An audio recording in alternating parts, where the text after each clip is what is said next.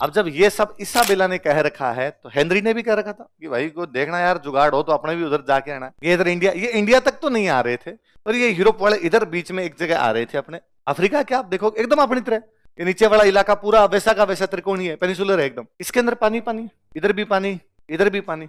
अरे नीचे वाला जो पानी है ना, इधर वाला, इसमें बहुत तूफान आते, बहुत भयंकर वाले तूफान आया करते। इसलिए कोई भी जो जहाज लेके ऊपर से आता ना, ऊपर ऊपर ही आता, नीचे नहीं जाता। या तूफान में कौन जाए, समझदार आदमी यही। मैं तो कहता हूँ बरसात का पानी यदि सड़क से ज्यादा जा रहा हो तो भी अपने रुक जाते हैं, क्या पता है पानी कितना को गाड़ी इधर हो जाए उधर हो जाए, अपने डूब जाए, इसके सोचते हैं। तो वो भी बेचारे तूफान के अंदर नहीं आते। एक बार एक आदमी को हिम्मत करके अंदर चला गया, बार्तोलोम्यू डियाज, क्या नाम था, बार्तोलोम्यू। और बार्तोलोम्यू डियाज जो था वो थोड़ा नीचे की तरफ चला गया। बार्तोलोम्यू डियाज जब यहाँ पहुंचा तो उसको कुछ लोग मिले, जहाज लेके बैठे थे, इंडिया इंडिया इंडिया, 5 रुपए 5 रुपए 5 रुपए। उसने पूछा तुम्हें, हम इंडियन है, तुम इधर क्या करते हो, सामान बेचने आते हैं। इंडिया के आदमी उसको वहां मिले, इसका मतलब रूट तो पता ही है, उड़ के थोड़े जा रहे थे समुद्र में सीधा कि भाई साहब इंडिया से चाबी भरी हवा में उड़े वहां जाके टप खा गए, ऐसा नहीं है ना। कांटेक्ट नहीं हो रहा था बीच में, वो नीचे नहीं उतर रहे थे, हम ऊपर की तरफ नहीं जा रहे थे, हम यहीं तक आ रहे थे। तो तुम इंडियन हो, उसने कहा हाँ। वो इंडिया जिसमें मसाले, उन्होंने कहा हाँ वही है, तेरे को चेत ले ले पड़े इधर। उसने कहा यार हम जाना चाहते हैं पर अभी मेरे पास इतना है नहीं मालमत्ता, मैं यदि किसी बंदे को भेजूं तुम उसको ले जाओगे। हाँ मैं भेजता हूं यार किसी को। बार्तोलोम्यू डियाज वापस चला गया। बार्तोलोम्यू डियाज ने वापस जाके अपने देश में राजा को कहा, उसने राजा कहा साहब एक किसी भी महाद्वीप में सबसे नीचे वाली जो जगह होती है ना, इसको बोलते हैं कैप। उसने कहा भाई साहब वो जो अफ्रीकन कैप है ना, वहां पे पहुंचते इंडिया दिखता है, मतलब इंडिया जाने का रास्ता दिखता है, इसलिए इस जगह का नाम उन्होंने दिया कैप ऑफ गुड होप। ऐसी अच्छी अच्छी आशा जहां से मिलती है वो कैप, इसलिए नाम क्या हो गया इसका। उसने कहा यदि उस कैप पे पहुंच जाएंगे जहां से मेरे को गुड होप नजर आई थी, वहां तक यदि कोई पहुंच जाता है तो आगे भारत ले जाने वाले लोग उसको मिल जाएंगे। अब राजा पुर्तगाल के राजा को यह है, हेनरी को यह है कि कौन जाए, अब बाहर जाने वाला कौन। उसने फिर घोषणा करवाई। पर क्या लंबे टाइम तक जब आप नहीं जाते हो ना, तो वही बात है, मैं अब किसी आरएस वाले बच्चे कहता ना आईएएस भी दे ले, तो कहता है ना सर बात नहीं पड़ेगी, रहने दो, अपने तो आरएस ही दे लेते हैं। वैसे वैसे लोगों का ना यार इतनी दूर तो कौन जाए।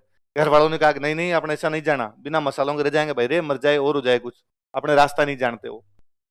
एक दिन राजा हैरान परेशान अपने महल के अंदर घुस रहा था, उसके जो सिक्योरिटी गार्ड लगे हुए थे महल के अंदर, उसमें एक सिक्योरिटी गार्ड ने गलत सैल्यूट मारा। सैल्यूट मारते हैं राजा को देखते, उसे सैल्यूट सही नहीं लगा, सही नहीं लगा तो राजा का ध्यान गया। यू जेंटलमैन, मैं नया हूं, थोड़ा सीखने में टाइम लग जाएगा, सॉरी। नए मतलब कब रिक्रूट हुए तुम, 4 दिन पहले। कैसे, किसने रिक्रूट किया तुम्हें, तो मेरे फादर यहाँ जॉब करते थे, फादर रिटायर हुए हैं तो उनकी जगह मैं आया हूं। देखा कि यार हट्टे कट्टे हो, हाइट पर्सनालिटी बॉडी वॉडी सब ठीक है तुम्हारी, जिंदगी में सैल्यूट ही मारने।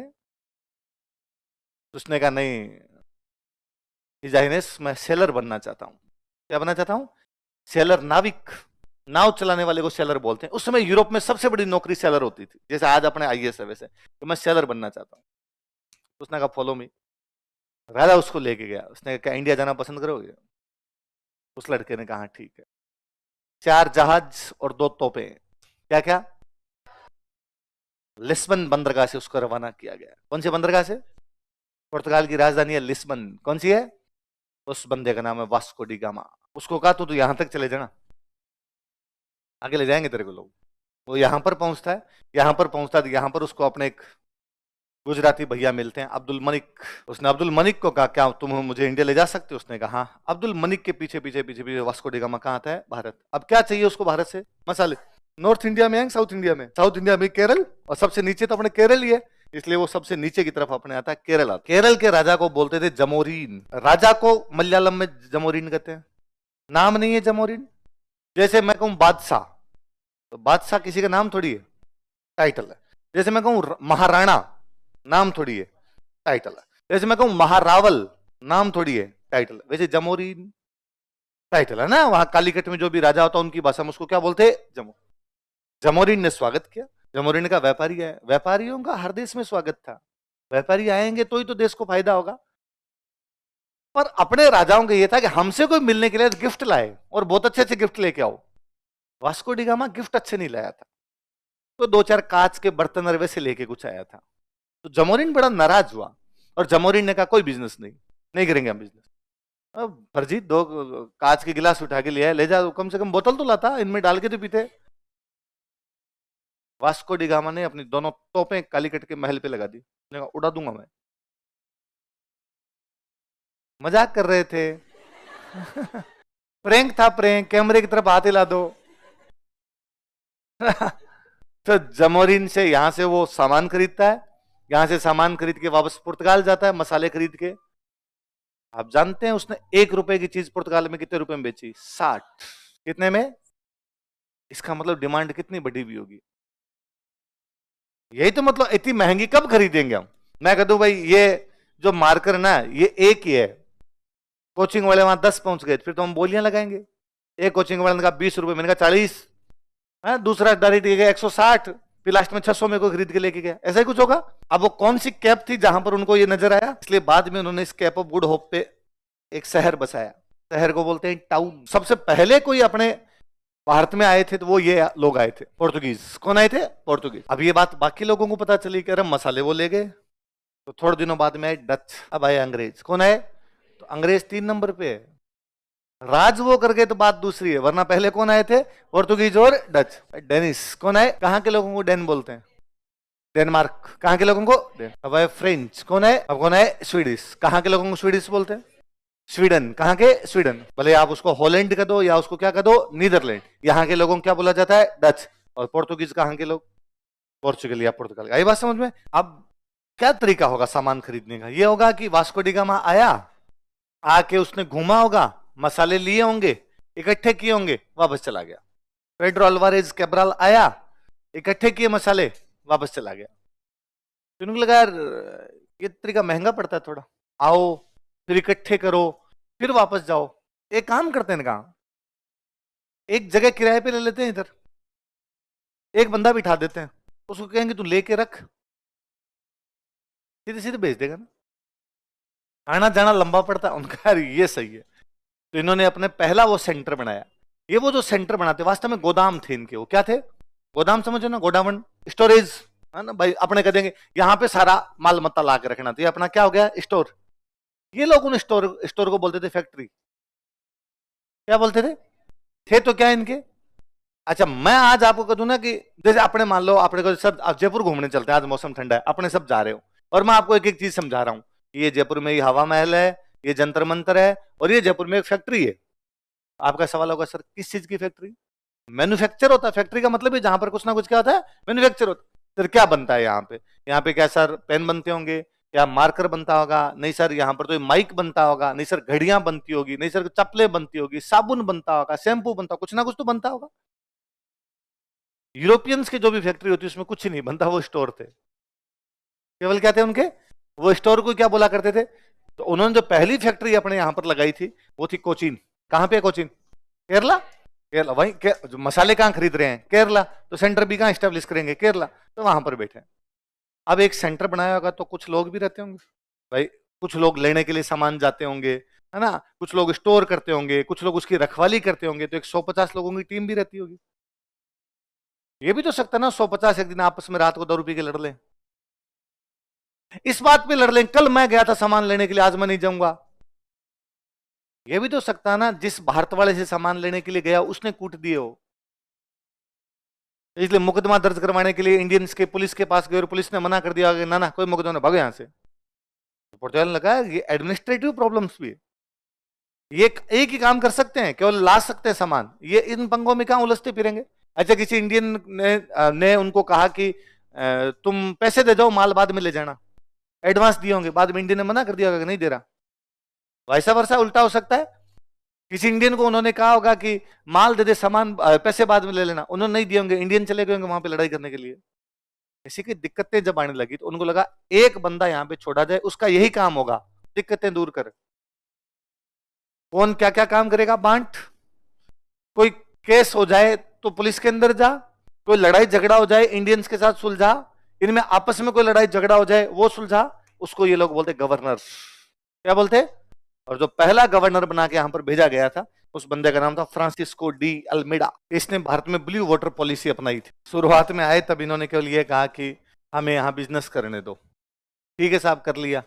थोड़े दिनों में कहा एक सेंटर बना लेते हैं, सेंटर बना लिया। थोड़े दिनों में एक बंदा भेज दिया, ध्यान रखेगा। अब उस बंदे ने कहा पानी हमारा है, पानी ब्लू वाटर, जहां जहां तक नीला नीला पानी समुद्र का दिखता हो हमारा है। मतलब इसमें तुम मछली पकड़ने भी जाओगे तो हम टैक्स लेंगे। केरला का आदमी तो मछली पकड़ने समुद्र में जाएगा तो पानी हमारा है, इसमें नहीं जा सकते, ये तुम्हारा है, थल थल तुम्हारा, जल। यदि इसमें तुम बिजनेस करने के लिए जाओगे तो हम पैसे लेंगे, वरना जाने। लास्ट में तो हम आगे पढ़ेंगे, पोर्तुगीज इतने पावरफुल हुए थे कि यदि कोई समुद्र देखने जाएगा तो रुपए लेंगे। और इतने पावरफुल थे कि अकबर से टैक्स लिया था। अकबर गुजरात आया था तो अकबर का क्या कभी समुद्र देखा हुआ नहीं था। मुगल इधर से आए थे अफगानिस्तान साइड से पहाड़ों में, फिर अफगानिस्तान से पाकिस्तान आ गए तो उधर भी समुद्र नहीं, अपने पंजाब यूपी एमपी दिल्ली आ गए तो इधर भी समुद्र ही नहीं। यहाँ गुजरात है तो उसने किसी ने कहा साहब समुद्र है यहाँ पे। अकबर ने कहा समुद्र कैसा होता है, साहब पानी पानी पड़ा रहता है। उसने कहा देखना है, पुर्तगालियों ने टैक्स लिया। वो बादशाह जमीन का है, पानी का थोड़ी है, पानी की बादशाह हम है, पानी के अंदर जो जाएगा वो हमें क्या देगा, टैक्स। ये उनकी जो पॉलिसी, इसको क्या बोलते थे, 4 साल रहा था लगभग 1909 तक, सॉरी 1509 तक यहीं पे था। अब बंदा चेंज किया, इस बार एक नया बंदा भेजा उन्होंने, अल्फांसो डी अल्बुकर्क। यह दूसरा पुर्तगाली गवर्नर था। इसे भारत में पुर्तगाली साम्राज्य का वास्तविक संस्थापक माना जाता है। अच्छा, पुर्तगाली साम्राज्य जो था ना यहाँ पे, जो वो कहते हैं हमारी टेरिटरी, इसमें कोई भी घुसेगा नहीं, उसको वो लोग बोलते थे एस्टादो दा इंडिया। साउथ इंडिया में अपने उधर एक बड़ा एम्पायर है विजयनगर, और वहां का एक राजा, उसका नाम है कृष्ण देव राय। साउथ इंडिया में वहीं पर एक एम्पायर और है, उसका नाम है बीजापुर। बीजापुर का जो राजा है उसका नाम है यूसुफ आदिल शाह। ये वहां कर्नाटका की तरफ, थोड़ा महाराष्ट्र की तरफ, गोवा वाला जो पार्ट है, इस पार्ट के अंदर ये लोग, केरल से ऊपर बढ़ते ऊपर कर्नाटक आ जाएगा तो कर्नाटक वाला पार्ट, महाराष्ट्र वाला पार्ट, गोवा वाला पार्ट, और इनमें आपस में नहीं बनती। पोर्तुगीज ने इस विजयनगर वाले को कहा, इसके एम्पायर में एक जगह थी, उस जगह का नाम था भटकल, कि हमें भटकल में स्टोर बनाना है। तो उसने कहा बना लेना, पर मेरा एक काम करोगे, कहा कि इस बीजापुर वाला यूसुफ आदिल साहब पे हमला करो। उसने कहा तो कि छीन लो जो छीनना, मैं तुम्हारे साथ हूं, चिंता मत करो, फिर ये भी मिल जाएगा वो भी मिल जाएगा। पुर्तगालियों ने लगा ठीक है, एक बड़ा राजा साथ दे रहा है, इसलिए उन्होंने बीजापुर वालों पे हमला किया और इनसे एक इलाका छीना, गोवा। गोवा पर कब्जा करने वाला जो पुर्तगाली था वो कौन था, अल्फांसो डी अल्बुकर्क। उसके बाद पुर्तगालियों का जो मुख्य सेंटर था वो कौन सा होने लग गया था, गोवा। अभी तक कोचीन में बैठे थे, हालांकि वो गोवा बहुत बाद में आए थे, पर फिर भी उनका जो व्यापार था वो किधर शिफ्ट होने लग गया था, गोवा। तो गोवा कब छीन लिया था, 1510। कब छीन लिया, 1961 में छुड़वाया हमने। अंग्रेज देश से गए, पुर्तगाली गए, पुर्तगाली लेट गए हैं। 47 में भारत आजाद हुआ, गोवा तब भारत में नहीं था। बाद में हमने, नेहरू जी अपने इधर प्रधानमंत्री बन गए थे, नेहरू जी ने गोवा वालों का कि गोवा वालों थोड़ा हल्ला मचाओ, गोवा को आजाद करो, गोवा को आजाद करो।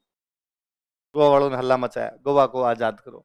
फिर एक दिन हमने धीरे से सेना भेज दी, और सेना भेज के गोवा पर क्या कर लिया, पर हमने कहा ये कि पुलिस भेजिए। क्या भेजिए, सेना का तो मतलब हम पुर्तगाल पर आक्रमण कर रहे हैं। हमने कहा ना, उधर थोड़े लड़ाई झगड़े चल रहे थे तो पुलिस भेजी थी हमने, और फिर गोवा के लोगों ने गोवा को आजाद करवा के भारत में मिलवा लिया। हमने ये नहीं कहा कि भाई हमने हमला मामला कर दिया कुछ, ये तो फिर दुनिया को जवाब देना पड़ेगा ना। हालांकि पुर्तगाल ने हाथों हाथ कहा था हम भारत पर हमला करेंगे, ऐसा कैसे कर सकता है भारत हमारे साथ, रातों रात भाई साहब इन्होंने यूं भेज कर हमारे गोवा पर कब्जा कर लिया। फिर अंग्रेजों ने उनको समझाया यार हम इतना बड़ा भारत छोड़ के आ गए, तुम गोवा उसके पीछे पड़े हो, छोड़ो यार, हम भी तो छोड़ के आ गए थे। तो उनका ठीक है, पर उससे ना नाराज हुए हमसे, अंग्रेजी भी नाराज हुए, पुर्तगाली भी नाराज हुए। उनका साहब भारत को ऐसे नहीं करना चाहिए था, और हमने किया तो किया भाई साहब। दुनिया नाराज हुई हमसे, ये चीन को पता चला। किसको पता चला कि आजकल दुनिया भारत के साथ है, उसने 62 में हमला कर दिया था। 62 में चाइना का हमला है, 61 में हम गोवा पर कब्जा कर गए थे। तो कहीं ना कहीं लगा यार आजकल थोड़ी सी स्थितियां ठीक नहीं चल रही, इस समय करेंगे तो थोड़ा ठीक है। वो जो गोवा पर कब्जा करने वाले जो इंडियन कमांडर थे ना, उनका नाम है सगत सिंह। अपने राजस्थान इधर जोटवाड़ा खातीपुरा साइड में इधर जाते हैं, आगे वैशाली की तरफ जब जाते हैं तो बाकायदा सगत सिंह चौक है, सगत सिंह जी की मूर्ति लगी हुई है।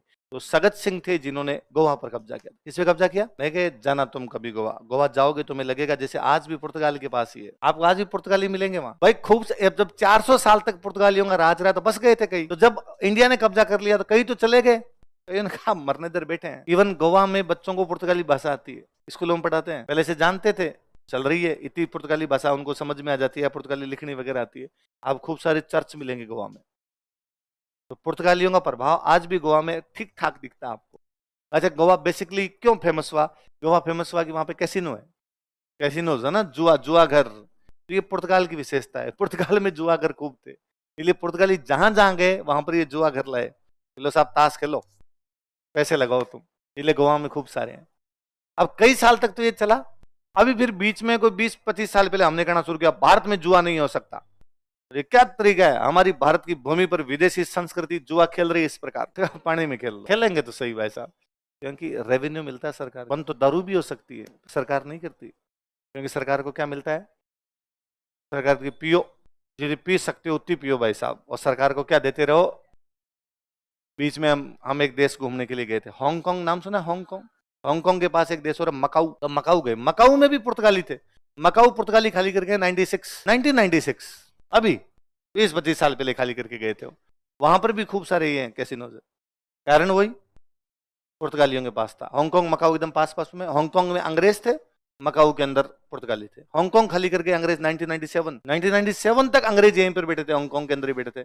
और उस हांगकांग को देख के लगता है यार हांगकांग यूरोप जैसा है, यार वो यूरोपियंस रहे तो बिल्डिंग्स वैसी बना के, रोड वोड सब वैसे बना के, तो लगा गया यार आपने जल्दी क्यों चले गए, रहना चाहिए था कि उनको। तुम्हारा क्या मानना है, रहना चाहिए था कि नहीं रहना चाहिए था? तुम कह रहे हो सर अब अपने हिसाब से जो होता है कर लेना चाहिए सर, हम इतना लोड लेते।